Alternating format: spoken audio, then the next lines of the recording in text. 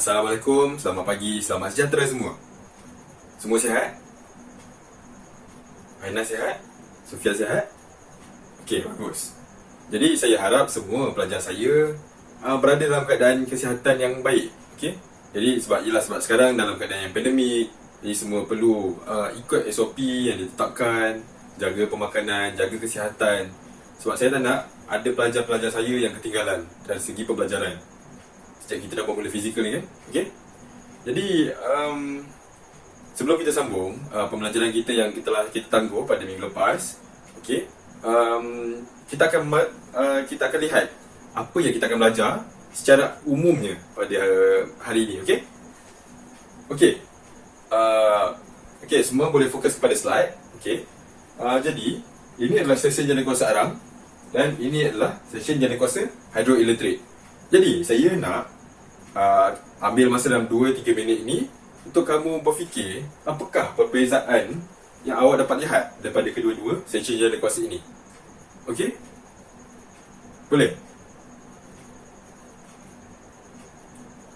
Okey. Boleh saya panggil Dania? Okey. Apa yang awak faham? Apakah perbezaan antara dua ni? Ya, betul. Okey.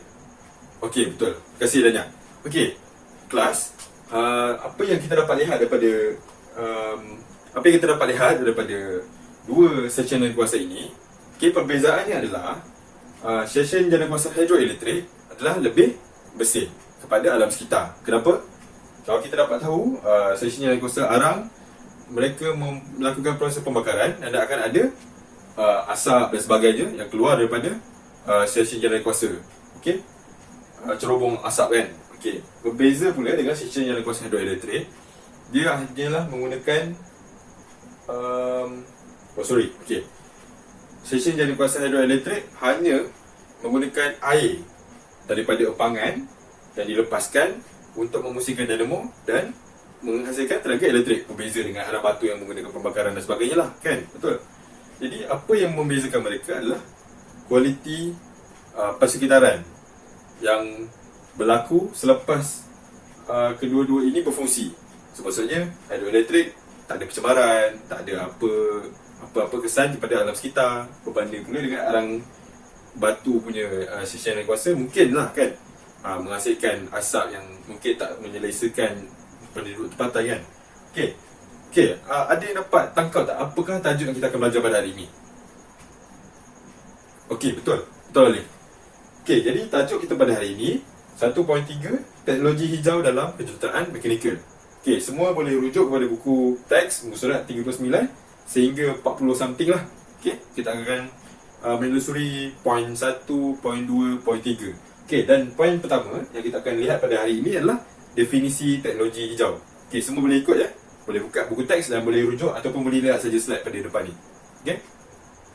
Okey, teknologi hijau boleh didefinisikan, boleh kita faham berkenaan dengan sebagai pembangunan ataupun aplikasi produk, peralatan dan juga sistem untuk memelihara alam sekitar dan juga alam semula jadi. Okey, serta meminimumkan atau boleh dikatakan mengurangkan kesan negatif daripada aktiviti manusia. Aktiviti manusia ni maksudnya macam lifestyle kita sendirilah, maksudnya kenderaan, makanan, sisa kan, dan juga sebagainya lah. Okey, itu adalah definisi teknologi hijau. Okey, daripada definisi itu kita boleh simpulkan kepada 5 kriteria teknologi hijau. Okey, yang pertama, meminimumkan degradasi kualiti persekitaran. Maksudnya dia termasuk juga mengurangkan pencemaran lah terhadap udara, air, tanah dan sebagainya. Ya, sebab kita tahu, sebab kadang-kadang teknologi yang digunakan itu menghasilkan pencemaran. Okey, tak kisahlah pencemaran apa, mengikut teknologi yang dibangunkan. Yang kedua pula adalah mempunyai pembebasan gas rumah hijau. Okey, ada sesiapa yang tak tahu apa itu gas rumah hijau? Okey, bagus. So, maksudnya saya assume semua faham lah apa itu gas rumah hijau. Dan mungkin kamu semua pun pernah baca yang dulu pernah diketengahkan berkenaan dengan gas rumah hijau kan, iaitu kita mengalami penipisan ozon dan sebagainya daripada gas rumah hijau ini. Okey, yang ketiga, selamat untuk digunakan dan menyediakan persekitaran sihat dan lebih baik untuk semua hidupan. So bukan hanya terbatas kepada pandangan perspektif manusia. Sebab sebab kita di bumi ni, kita hidup dengan haiwan, kita hidup dengan tumbuh-tumbuhan, serangga dan sebagainya lah kan, belum kira mamalia punya type dan hidupan laut dan sebagainya. Okey. Jadi kita akan mengurangkan kesan negatif pembangunan kita sendiri, teknologi-teknologi yang sedia ada ini. Kita akan mengurangkan kesan negatif dia bagi tak harmful kepada semua, maksudnya manusia dan sebagainya lah. Okay. Yang keempat, menjimatkan tenaga dan sumber asli. So maksudnya tenaga-tenaga, maksudnya tenaga elektrik, sumber-sumber asli maksudnya petroleum dan sebagainya lah, yang tenaga-tenaga yang tak boleh dikira semula. Okay, macam gas asli, petroleum dan sebagainya lah. Okay. Yang kelima adalah menggalakkan sumber-sumber yang boleh diperbarui. Ini adalah 5 kriteria teknologi hijau. Sumber-sumber yang boleh diperbarui macam tadi lah, kita punya section jalan kuasa hidroelektrik menggunakan kuasa air. Okey, setakat ni ada yang tak faham ke? Atau mungkin nak saya jelaskan dengan lebih terperinci? Ya. Oh, okey, selain daripada sumber yang boleh diperbaharui air, okey. Bagus. Okey. Selain itu kita ada solar, okey. Ada yang pernah lihat panel solar? Okey. Panel solar digunakan, kita ambil daripada kuasa tenaga suria, maksudnya daripada pancaran dan haba daripada matahari lah, untuk menghasilkan tenaga yang boleh diperbaharui. Okey. Selain itu angin, okey, kincir angin dan sebagainya kan, kita boleh hasilkan tenaga elektrik juga. Okey. Itu adalah sumber-sumber yang boleh diperbaharui. Okey. Kita teruskan. Okey, ini adalah konsep teknologi hijau. Seperti saya cakap tadi, teknologi hijau merujuk kepada pembangunan aplikasi bagi produk, peralatan dan sistem untuk memelihara alam sekitar dan alam semula jadi, untuk mengurangkan dan meminimalkan kesan negatif akibat daripada perbuatan manusia sendiri. Okey. Jadi berdasarkan konsep teknologi hijau tadi, yang kriteria dan sebagainya, ada 4 dasar teknologi hijau kebangsaan yang telah dibangunkan. Iaitu ini adalah 4 teknologi hijau punya dasar, tonggak dasar. Jadi antaranya adalah berkenaan dengan tenaga, alam sekitar, ekonomi dan juga sosial. Jadi kita menitik beratkan dari segi tenaga untuk mencari tidak kebergantungan tenaga hanya kepada sumber asli dan sebagainya. Jadi kita juga mempromosikan kecekapan tenaga. Dan seterusnya, daripada alam sekitar, kita nak memelihara dan meminimumkan kesan pada alam sekitar. Maksudnya kita nak alam sekitar kita tercemar, sungai tercemar dan juga pengudaraan yang tercemar. Okay? Ekonomi, kita nak meningkatkan pembangunan. Maksudnya kita menghasilkan tenaga hijau ni, walaupun kita nak membataskan yang sebagainya di atas kan, maksudnya kita tak nak tercemar, tapi kita dalam masa yang sama kita nak pembangunan yang mampan lah untuk negara kita. Okay? Dari segi penggunaan teknologi dan juga sosial lah, dalam meningkatkan kualiti hidup untuk semua orang. Sebab saya bila teknologi maju dan juga pencemaran pun tak ada, so kita dapat hidup dengan selesa lah. Okey, kita akan bergerak kepada sektor-sektor yang terlibat di dalam teknologi hijau. Yang pertamanya adalah sektor tenaga. Okey, apa yang saya boleh cakap, sektor tenaga terbahagi kepada 2. Okay, satu adalah bekalan tenaga dan yang kedua adalah penggunaan tenaga. Okey, bekalan tenaga ini termasuklah kepada kita mengaplikasikan, menggunakan teknologi hijau dalam penjanaan tenaga. Seperti yang saya cakap tadi dan juga Intan tanya tadi, apakah tenaga-tenaga yang boleh diperbarui. Okey, contohnya penggunaan tenaga angin, kincir angin, tenaga hidroelektrik daripada air dan juga solar. Betul. So termasuk juga penjanaan di industri dan juga komersial lah. Okey. Ini adalah panel solar. Ada kat rumah ke panel solar? Boleh cuba. Ada? Oh, tak ada. Okey, tak apa. So panel solar, kalau kita dapat lihat, kalau awak biasa travel, okay, mungkin sekarang dah boleh travel kan. So kalau biasa travel, kita daripada Johor, okay, kalau kita bergerak ke arah utara, kita melalui Melaka, selepas tol Jasin kalau saya tak silap, kita boleh nampak satu ladang yang penuh dengan panel solar. So memang panjang, memang banyak. Okay. So dengan panel solar yang sebanyak itu, mungkin kita boleh mereka lah, okay, yang menggerakkan panel solar itu dalam kita nak generate tenaga elektrik secara pukal dan komersial tu, mungkin boleh menjana sehingga 1000 rumah. Okay? So maksudnya tenaga itu mungkin digunakan secara meluas lah. Tak macam dulu mungkin kita nampak dekat satu rumah saja. Tapi sekarang saya lihat sendiri dah ada ladang. So nanti kalau awak berjalan bercuti ke dengan family kan, so mungkin boleh lihat lah di sebelah kanan lah kot. Kita daripada Johor kita nak naik ke utara di bahagian Jasin, Melaka.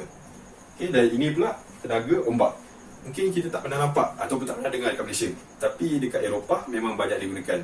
So mungkin antara penyebab kita tak gunakan adalah sebab di Malaysia mungkin secara geometrically tak sesuai untuk digunakan. Mungkin ombak kita tak cukup kuat dan sebagainya lah untuk kita gunakan tenaga ombak sebagai tenaga alternatif, tenaga yang boleh diperbaharui. Okey.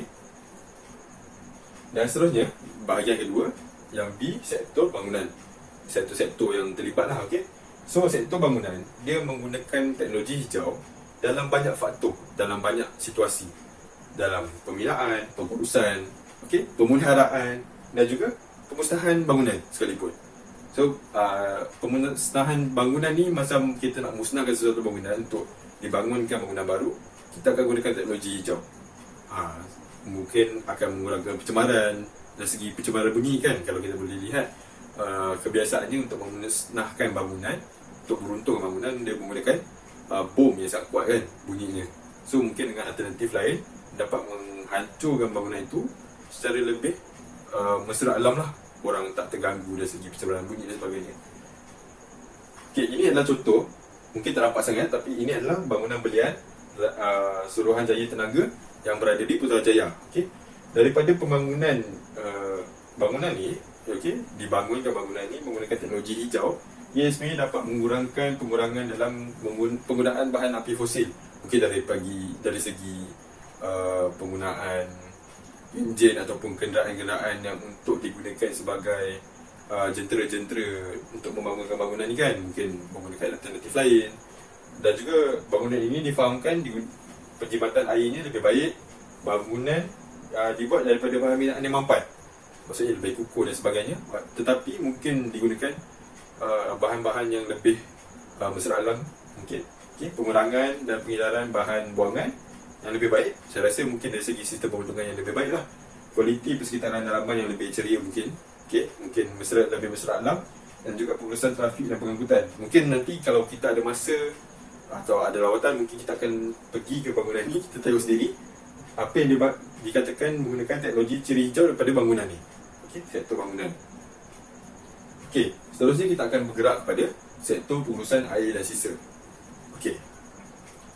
Apabila kita bercakap berkenaan dengan air dan juga sisa, okey, teknologi hijau yang diaplikasikan dalam pengurusan air dan sisa adalah menerima pakai teknologi hijau dalam pengurusan dan penggunaan sumber air, rawatan kumbahan dan juga sisa pepejal, serta tak lupa juga dengan kawasan pelupusan sampah.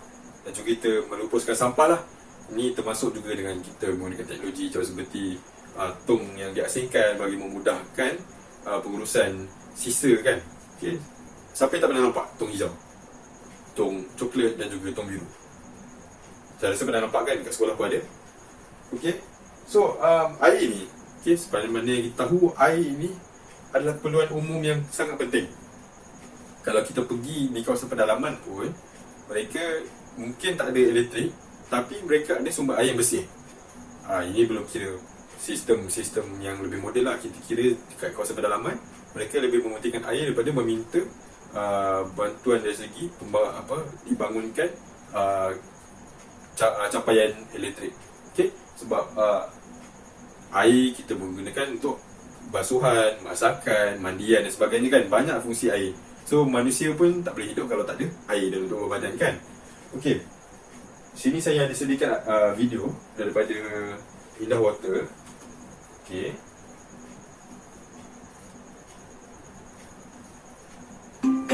Okey, jom kita lihat.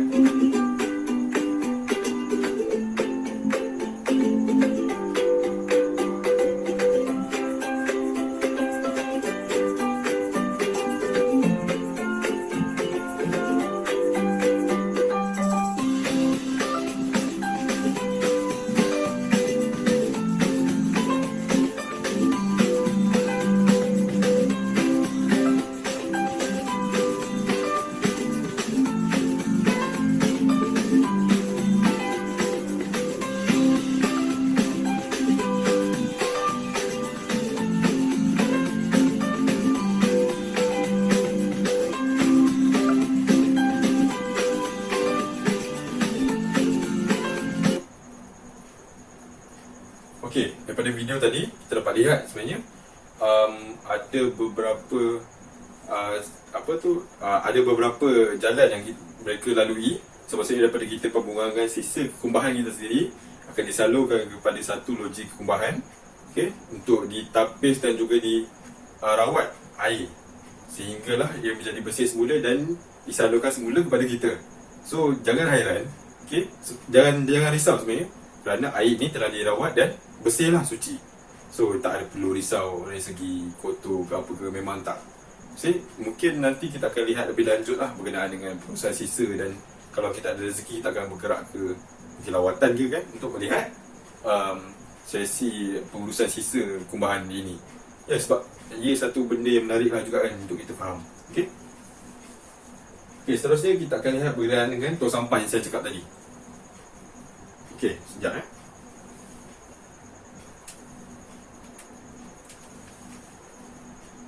Okey. So mari kita kenali tong sampah kita semula. Okey.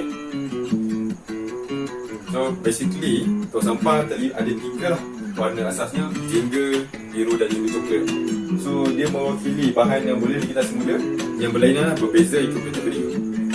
Pertama yang jingga, kita gunakan penggunaannya adalah untuk tin, aluminium dan bahan yang berasaskan sebegitulah. Okey. Tong sampah biru pula adalah untuk kertas, maksudnya surat khabar, majalah, buku-buku lama dan sebagainya lah. Okey. Dan tong coklat adalah untuk kaca, kaca tingkap rumah dan sebagainya lah. Okey. So jom kita semula. Okey. So secara umumnya, okey, dari segi sektor air dan sisa ini, dia sebenarnya besar dan meliputi penggunaan kita pada sehari-harian lah. Dari segi pembuangan sisa sampah kan, dan juga sisa kumbahan, memang kita hari-hari lalui.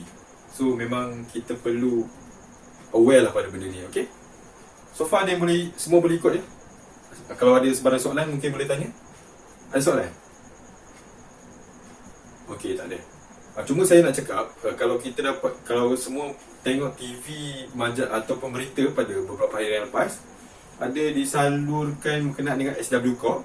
Mereka membangunkan kios di satu kawasan setinggan, di mana mereka menerima sisa-sisa makanan yang telah diasingkan untuk digantikan dengan makanan yang, maksudnya kalau mereka masyarakat bagi sisa, mereka akan dapat macam beras, minyak masak dan sebagainya. Kenapa? Sebab mereka menjalani program seperti yang dikatakan sebagai mereka nak buat biomass, maksudnya mereka nak buat baja kompos menggunakan sisa-sisa makanan daripada masyarakat setinggan tadi. So daripada itu mereka dapat membuat baja, dan seterusnya mereka boleh bercucuk tanam menggunakan baja itu sendiri. Okey, baja daripada hasil sisa-sisa makanan mereka sendiri. Kalau siapa yang tak tahu, maka sisa makanan kita boleh dijadikan baja kompos. Okey, tapi nanti kita akan terangkan lebih lanjut lah berkenaan yang tu. Kalau nak info maklumat lanjut. Okey. Okey, kita teruskan ya. Alright, sorry. Subhan. Okey. Kita teruskan kepada sektor yang terakhir untuk sektor-sektor ini. Yang keempat ialah sektor pengangkutan. Teknologi dalam sektor pengangkutan pula adalah memasukkan elemen teknologi hijau dalam prasarana pengangkutan dan kenderaan, khususnya berkenaan dengan bayu bahan api dan juga pengangkutan jalan awam. Termasuk juga dengan kenderaan-kenderaan yang individu sekarang, maksudnya kenderaan bersendirian pun sekarang kita dah banyak menggunakan teknologi hijau dari segi pembangunan dan juga teknologi dalam kenderaan itu sendiri. Okey, ada yang pernah faham, ada yang pernah dengar tak apa itu hybrid? Pernah dengar? Azrul pernah dengar? Okey, bagus. Yang lain? Oh, pernah dengar juga tapi tak faham lah. Okey, jadi hari ni saya ada jumpa satu video yang mungkin agak bermanfaat untuk semua. So, ia adalah berkenaan dengan apa itu hybrid. Okey, jom kita tengok.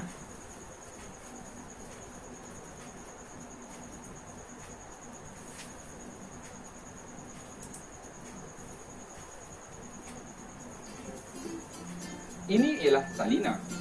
Beliau ialah sebuah enjin 1.5 liter .I VTEC. Beliau memang kuat orangnya. Namun begitu, beliau juga sangat berjimat cermat. Walaupun Salina kuat, sekali-sekala beban menjadi berat dan beliau terpaksa bekerja keras. Contohnya ketika mendaki bukit ataupun ketika membawa bebanan yang berat. Apa kata kita berikan Salina satu penyelesaian mudah? Kita berikan Salina satu lagi sumber tenaga, iaitu tenaga elektrik. Tenaga elektrik pula kita gandingkan dengan transmisi 7 kelajuan dual clutch. Sumber tenaga dalam bentuk elektrik mampu membantu Salina dalam keadaan beban yang berat. Sistem elektrik yang diberikan kepada Salina juga mampu memberikan beliau satu suntikan lebihan tenaga agar pemanduan lebih sporty. Apa yang anda dapat lihat, Salina semakin gembira.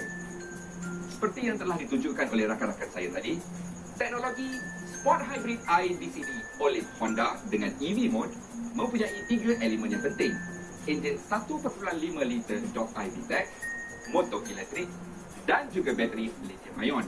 Ketiga-tiganya berfungsi secara harmoni untuk memberikan anda penjimatan tahan api, pengurangan pencemaran alam sekitar, dan untuk mereka yang suka memandu, suntikan tenaga agar dapat memberikan anda pemanduan yang lebih sporty. Okey. Azrul, tadi ada faham sikit berkenaan dengan hybrid kan? So cuba terangkan balik, apa yang awak faham selepas awak tengok video ni? Ya. Okey, betul. Macam yang Azrul cakap tadi, okey, enjin hybrid ini adalah enjin yang bukan hanya menggunakan bahan api saja, maksudnya bukan saja menggunakan petrol, tapi digabungkan juga dengan okey, betul, dengan motor elektrik.